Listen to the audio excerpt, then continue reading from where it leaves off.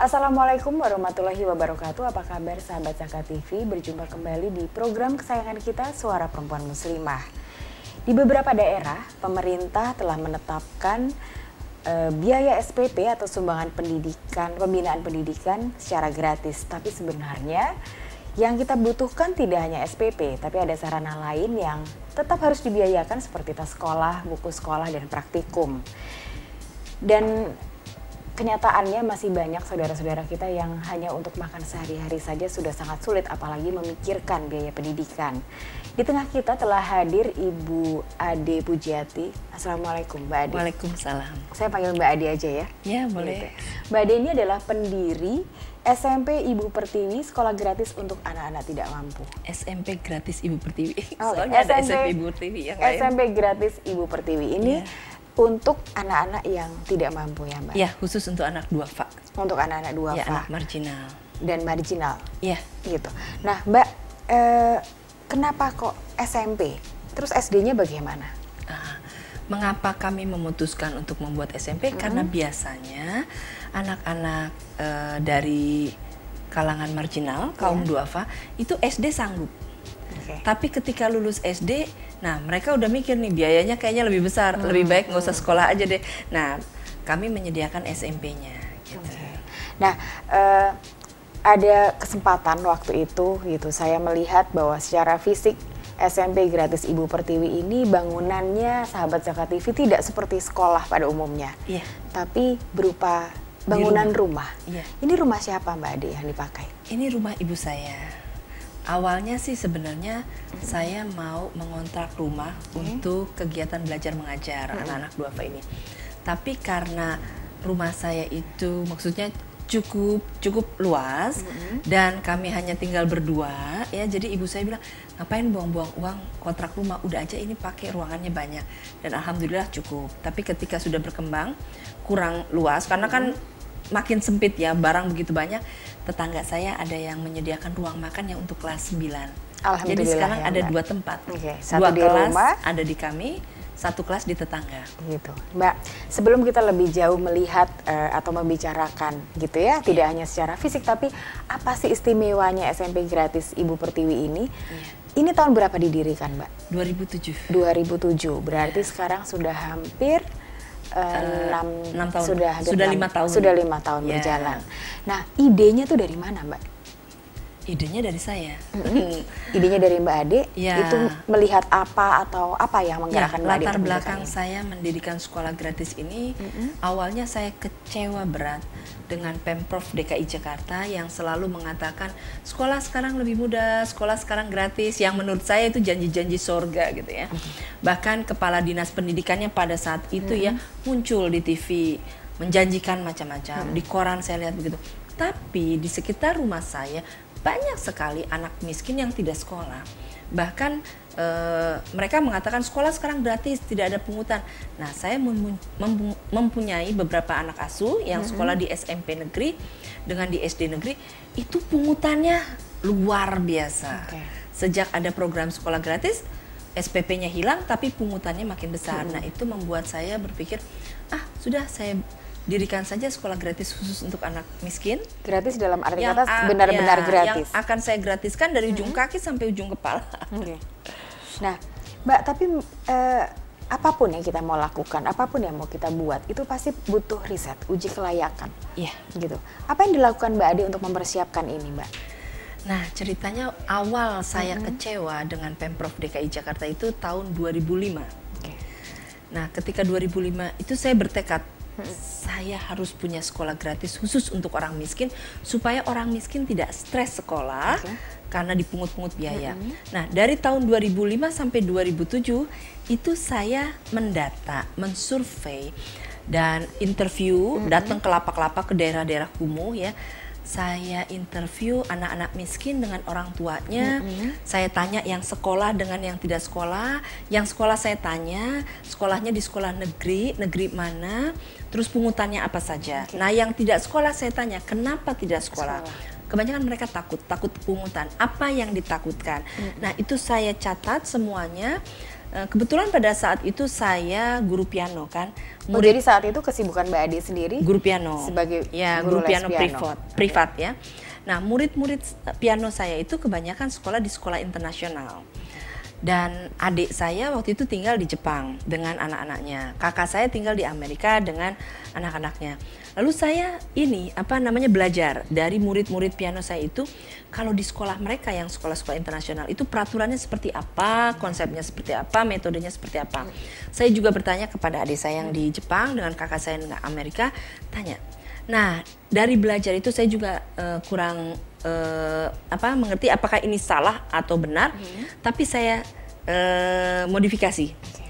Nah, jadi saya buat peraturannya seperti sekolah internasional dengan fasilitas yang sangat lengkap dari peralatan sekolah, dengan makan, perbaikan gizi lah gitu ya, ada susu segala macam, buah, dengan jaminan kesehatan. Jaminan kesehatan bukan berarti pakai asuransi, tapi lewat kenalan-kenalan saya yang akan menjamin kalau ada anak sakit mereka yang tanggung.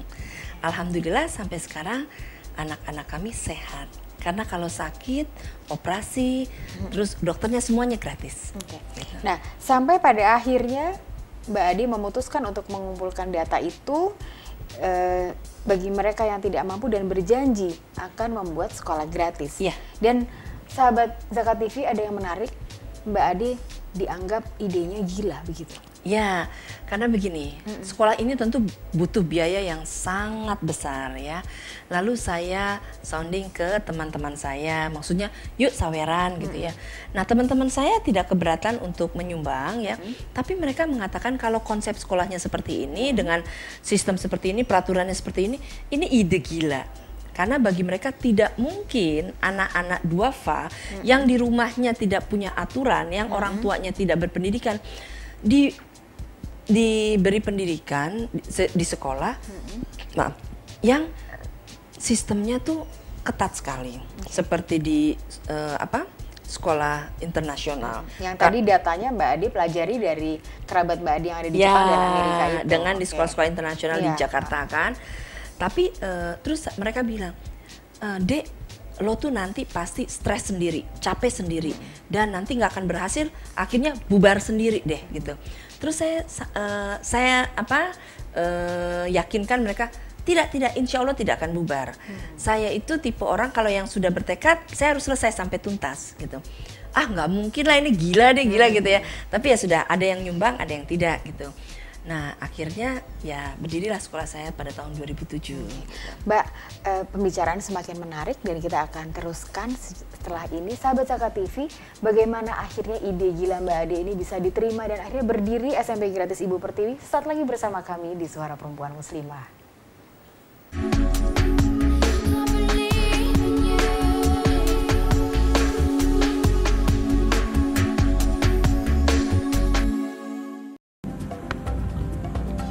Semangat kemenangan harus berasal dari sportivitas yang datang dari hati. Saya Bawang Pamungkas, saya zakat di Dompet Duafa. Keluarga adalah sumber inspirasi saya. Kehangatannya datang dari hati. Saya Inneke Kusharawati, saya zakat di Dompet Duafa. Berbagi memudahkan rezeki, karena datang dari hati. Saya Ipo Santosa, zakat di Dompet Duafa. Dompet Duafa.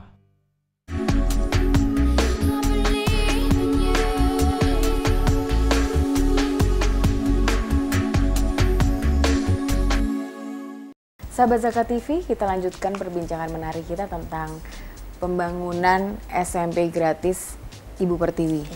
Mbak, ide gila ini akhirnya bisa terwujud gitu ya, meskipun melalui proses yang sangat panjang. Persiapannya berapa lama, Mbak?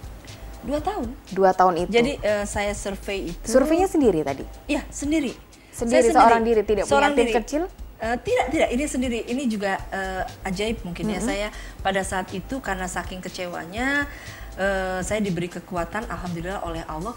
Saya tanpa sadar saya melakukan sendiri, datang-datang ke lapak-lapak, interview, hujan deras, saya pakai sepatu boot segini, sampai kalau pulang ibu saya yang nyediain teh manis segala macam. Nah, itu juga karena waktu itu saya punya anak asuh yang diintimidasi di sekolahnya SD negeri karena saya bersikeras tidak mau membayar pungutan di SD itu. Lalu karena janjinya sudah gratis. Ya, sudah gratis dan saya minta diperlihatkan penggunaan keuangan sekolah, tapi gurunya dengan kepala sekolahnya malah marah dan anak asuh saya itu diintimidasi. Dan itu membuat anak asuh saya memutuskan tidak mau lagi jadi anak asuh saya karena takut nggak lulus. Nah itu membuat saya kaget karena ini anak yatim. Saya cuma berpikir ini, maksud saya menolong anak ini, memperjuangkan haknya. Tapi kok jatuhnya saya jadi menyakiti hati anak ini karena dia diintimidasi oleh gurunya. Nah di situ saking sedihnya saya bertekad akan membuat sekolah gratis khusus untuk anak duafa supaya mereka bebas sekolah, tidak ada pungutan, dan itu saya punya kekuatan. Jadi saya selama 2 tahun itu pulang ngajar, sebelum ngajar itu ke lapak dulu, interview, saya simpen, saya belajar selama 2 tahun. Nah ketika tahun 2007 sudah siap, akhirnya alhamdulillah cuman 2 minggu mengurus perizinannya. Ini juga mungkin satu-satunya di Indonesia ngurus perizinan sekolah 2 minggu tanpa biaya itu, dan jadi alhamdulillah ya Mbak. Diberikan perizinannya. Ya. Biayanya dari mana Mbak? Biayanya dari teman-teman. Dari teman-teman yang tadinya tidak percaya dan mereka mengatakan bahwa idenya ide gila itu. Awalnya saya pikir ini biaya pasti besar sekali. Alhamdulillah tidak besar. Karena banyak orang tak dikenal yang tahu. Saya juga tidak mengerti kenapa beritanya begitu heboh ketika saya mau mendirikan sekolah gitu. Jadi banyak yang tahu lalu menyumbang natura barang. Jadi misalnya, Bu Ade belum ada whiteboard ya, saya sumbang whiteboard. Terus Bu Ade belum ada buku-buku ya, buku-buku paket itu udah disediakan semuanya. Jadi uangnya sendiri hanya untuk beli sepatu, seragam, dan alat tulis, buku tulis. Tapi seperti whiteboard, kursi, semua itu ada yang menyumbang. Ada teman yang menyumbang, ada orang tak dikenal juga yang sampai sekarang dia cuma ngedrop terus dia pergi, sampai sekarang saya tidak tahu dia di mana. Dan itu paling setidaknya adalah bukti bahwa turun tangan Allah untuk niat baik Mbak Ade. Gitu ya. Saya yakin sekali kalau kita berniat baik, tidak punya niat yang cari untung, itu pasti ada jalan. Gitu. Nah, Mbak, dan saat itu Mbak Ade memutuskan untuk berhenti mengajar piano? Iya. Oh tidak, ketika sekolah berdiri saya masih ngajar. Saya masih ngajar, terus tahun kedua saya masih mengajar, tahun ketiga ketika kelasnya sudah ada kelas 7, 8, 9, sudah tidak ada waktu dan tenaga lagi untuk keluar mengajar piano. Jadi saya memutuskan untuk tidak mengajar. Tidak mengajar dan fokus ke sekolah ini. Ya, gitu. Mbak, untuk murid-murid pertama Mbak Ade itu dari mana mereka? Tahun pertama saya cari ke lapak-lapak, bahkan saya di jalan-jalan itu saya dekati anak-anak jalanan untuk supaya sekolah kembali, tapi mereka tidak mau. Kalau anak jalanan itu nggak mau sekolah karena mereka selalu bertanya kalau saya sekolah dikasih uang berapa, gitu. Akhirnya saya dapet anak-anak yang bukan anak jalanan tapi pemulung-pemulung. Kebanyakan pemulung-pemulung dan anak-anak pemulung gitu. Nah, bagaimana cara Mbak Ade mendekatkan? Karena ini pasti harus butuh ekstra Mbak ya, terkuras tenaga dan pikiran untuk memberi himbauan, pengertian kembali lagi bagaimana pentingnya sekolah. Sementara mereka sudah sangat menikmati untuk mendapatkan keuntungan yang berlipat-lipat dalam hal ini perhitungan uang begitu ya di jalan. Ya, saya bikin perjanjian dengan anaknya. Pertama anaknya, biasanya anak duafa takut sekali sekolah karena mereka bilang, Bu, sekolah itu bikin saya stres, susah pelajarannya katanya, nanti saya stres. Terus saya mengatakan kepada anak-anak itu, begini aja, Ibu janji sekolah Ibu tidak akan membuat kamu stres, sekolah ini akan sangat menyenangkan. Tapi ketika kamu menemukan sekolah ini buat kamu stres, kamu langsung keluar aja. Langsung keluar, nggak apa-apa. Itu adalah garansi yang diberikan. Nah, tapi kalau ke orang tuanya, karena kan banyak orang tuanya yang tidak mau anaknya sekolah. Jadi ada misalnya satu keluarga 2 anak nggak sekolah, Bu yang sekolah 1 aja ya, karena yang 1 untuk mulung gitu. Masa dua-duanya sekolah, yang cari uang untuk saya siapa? Nah itu saya memberi pengertian kepada orang tua, Bu, Pak, di Undang-Undang Dasar kita ya, di peraturannya itu ada hukumnya ya Bu ya, bahwa semua anak harus sekolah. Kalau sampai ketahuan pemerintah ada sekolah gratis, tapi ada anak yang masih nggak sekolah, ibu bapak dipenjara. nanti saya laporkan polisi loh Bu, saya gitu. Nah itu Jadi terpaksa dengan cara yang seperti itu. Iya, tapi kan benar kan? Ada di Benar. undang-undang dasar, wajib. Sekarang gini, lebih sulit mana Mbak, mendekati anaknya atau orang tuanya? Wah, mendekati orang tuanya. Karena maaf ya, orang tuanya kan tidak berpendidikan. Terus udah gitu tidak punya budaya ya. Jadi aduh, kalau anak-anaknya memang juga tidak punya budaya, terus tanda kutip tidak tahu aturan dan sebagainya. Tapi saya masih berpikir ini kan anak-anak harus dibina. Nah tapi kalau orang tua udah nggak tahu aturan segala macam, mau binanya pusing. Tapi tetap saja karena anaknya ada di sekolah kami, kami harus kerjasama dengan. Nah beratnya itu adalah mengajak orang tua kerjasama itu sampai sekarang saya masih kewalahan sekali. Tapi Mbak, orang tuanya. Untuk pendekatan ke orang tua Mbak Ade dibantu siapa? Kami punya relawan psikolog, ya. Jadi ada psikolog yang bersedia memberikan penyuluhan setahun 2 kali.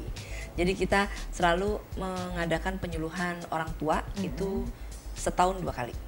Walaupun ngerti nggak ngerti ya sudahlah, terus-terusan saja. Tapi mereka mau datang saja itu sudah syukur alhamdulillah. Itu ya, pun Mbak? perlu ada dimotivasi, misalnya gini, kalau yang datang rumahnya jauh nanti dikasih transport, kasih ini. Kalau yang tidak datang didenda 20.000. Denda 20.000 itu terpaksa harus dilakukan itu apa yang diharapkan sama Mbak Ade di situ? Supaya datang. Karena denda 20.000 itu untuk mereka kan berat, jadi mereka ada rasa segan gitu, sungkan dan akhirnya mau datang. Alhamdulillah sih belum pernah ada yang dineda karena nggak mau datang. Karena untuk menentukan waktunya saja kita tuh memberikan kepada para orang tua, ayo kapan maunya. Jadi bukan kita yang menentukan hari ini harus datang, tidak. Kita mengatakan bahwa hari ini mau bagi raport misalnya. Nah kapan bisanya gitu. Mbak, ada yang menarik bahwa ternyata yang diseleksi ini bukan yang berhasil masuk, bukan mereka yang pintar. Iya. Gitu, tapi justru mereka yang yang nilai NEM-nya rendah sekali. Gitu. Nah, begini, sekolah kami itu terbatas ruangannya ya. Maksimal itu kami hanya bisa menampung satu kelas 23 anak. Sementara yang mau masuk ke sekolah kami itu lebih dari 40 anak. Bahkan pernah ada di tahun kedua kalau nggak salah ya, itu 100 anak yang mendaftar lebih. Kami harus menseleksi. Nah, kami menseleksi adalah anak-anak miskin yang raportnya paling tidak bagus. Istilahnya kasarnya anak yang paling nggak pinter nih yang kita raih dan yang paling miskin. Nah, anak-anak yang pintar itu kita anjurkan ke sekolah negeri. Mereka harus bisa masuk sekolah negeri dan biayanya bagaimana? Ya itu biayanya kita tidak bisa bantu. Nah mereka saya sampaikan kepada orang tuanya bahwa harus bersyukur punya anak pintar, tolong perjuangkan. Jadi kadang-kadang anak miskin itu walaupun pintar nggak mau daftar ke negeri loh. Jadi sengaja tidak mendaftar, sengaja datang ke sekolah kami. Saya bilang ini jangan, ini NEM-nya bagus sekali, harus mendaftar ke sekolah negeri. Nah orang tuanya biasanya mengatakan, tapi Bu di negeri itu kan saya harus bayar ini bayar itu. Ibu berjuang dong. Ibu ini anak pintar, ini aset. Jadi cari uang, ibu harus cari uang. Gitu. Dan ini sebenarnya juga memberikan stimulan begitu untuk para orang tua agar juga tetap optimis ya, membesarkan anaknya gitu dan mendidik mereka untuk memikirkan bagaimana pendidikan akademis mereka. Mbak, banyak sekali hal menarik yang perlu kita kupas. Ternyata mereka juga tidak hanya butuh pendidikan akademis tapi moral. Kita akan lanjutkan sesaat lagi ya, Mbak. Sahabat Zakat TV, bagaimana pendidikan yang dibutuhkan tidak hanya akademis tapi juga moral, dan bagaimana cara menerapkan pendidikan moral kepada mereka, anak-anak marginal, saat lagi bersama kami di Suara Perempuan Muslimah.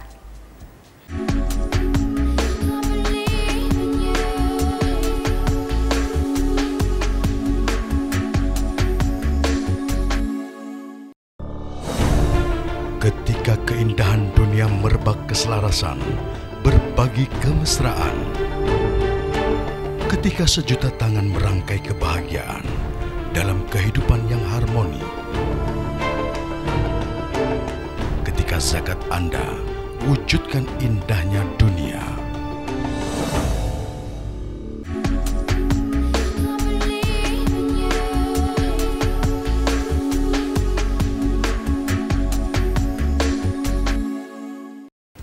Sahabat Zakat TV, kita lanjutkan perbincangan menarik kita dengan Mbak Ade Pujiati. Mbak Ade, tadi Mbak Ade menjanjikan kepada anak-anak ini bahwa kalau sekolah di SMP Gratis Ibu Pertiwi, kalian dijamin untuk tidak bosan. Tidak akan bosan, tidak akan stres. Gitu. Apa sih sebenarnya yang ada di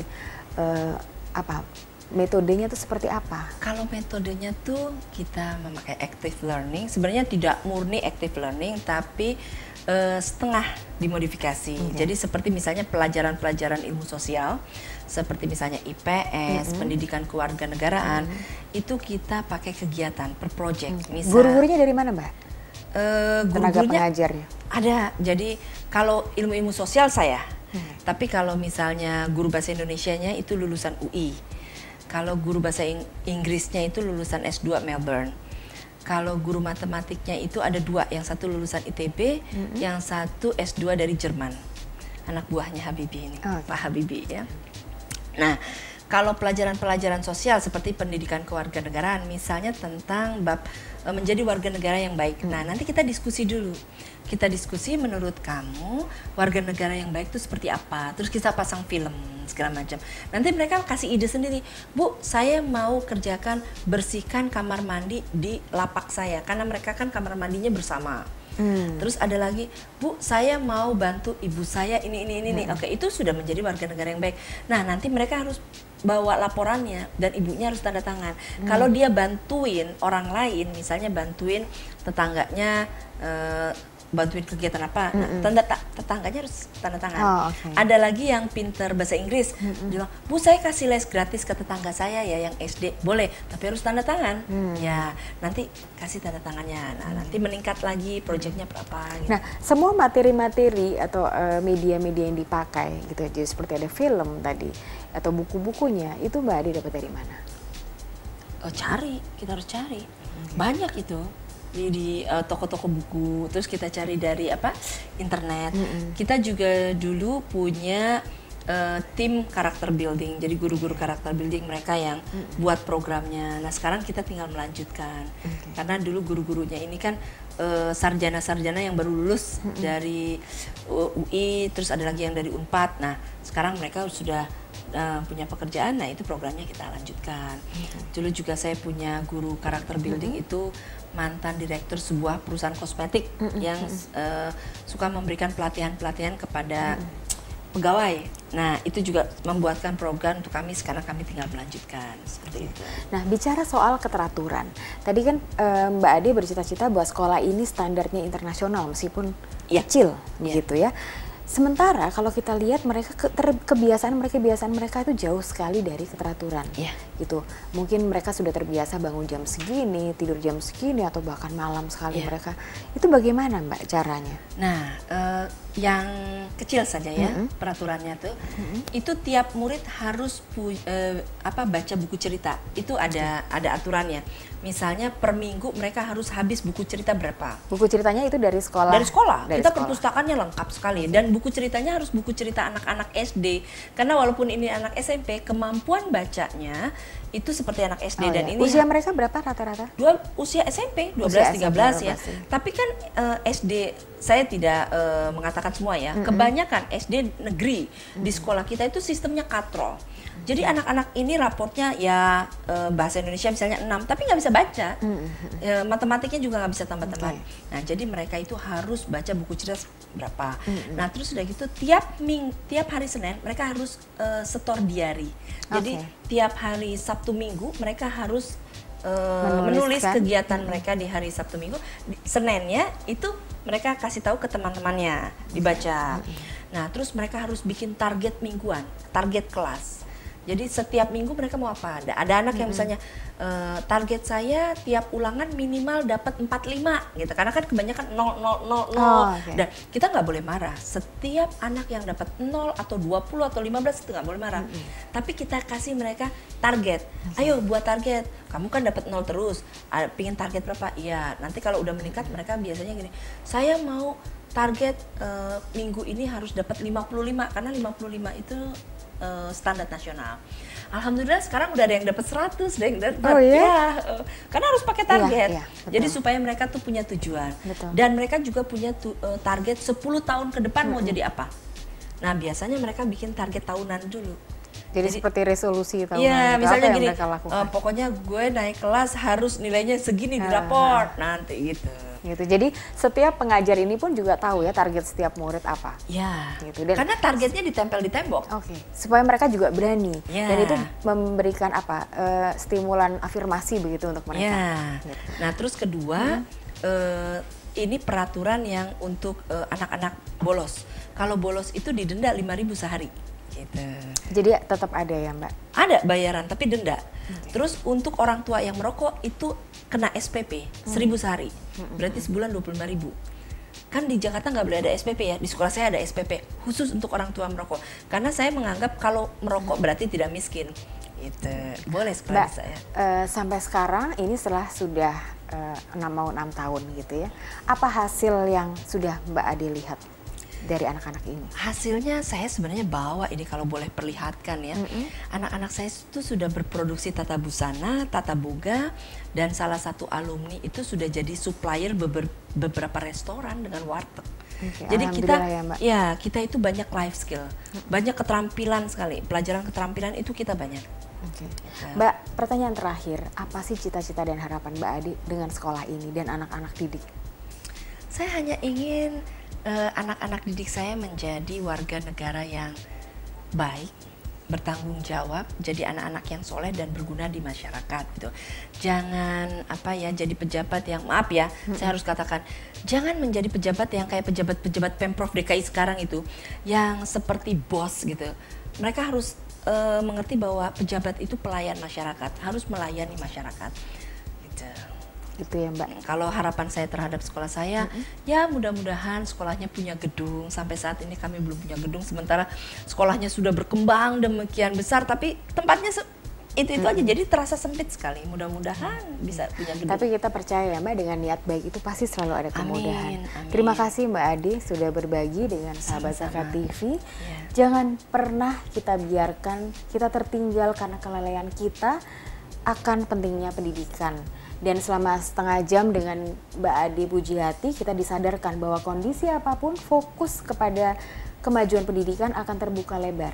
Pintu kesempatan untuk siapa saja menjadi lebih maju. Sampai berjumpa di episode mendatang dengan tamu muslimah inspiratif lainnya di Suara Perempuan Muslimah. Wassalamualaikum warahmatullahi wabarakatuh. Waalaikumsalam. Terima kasih ya Mbak. Iya, sama-sama.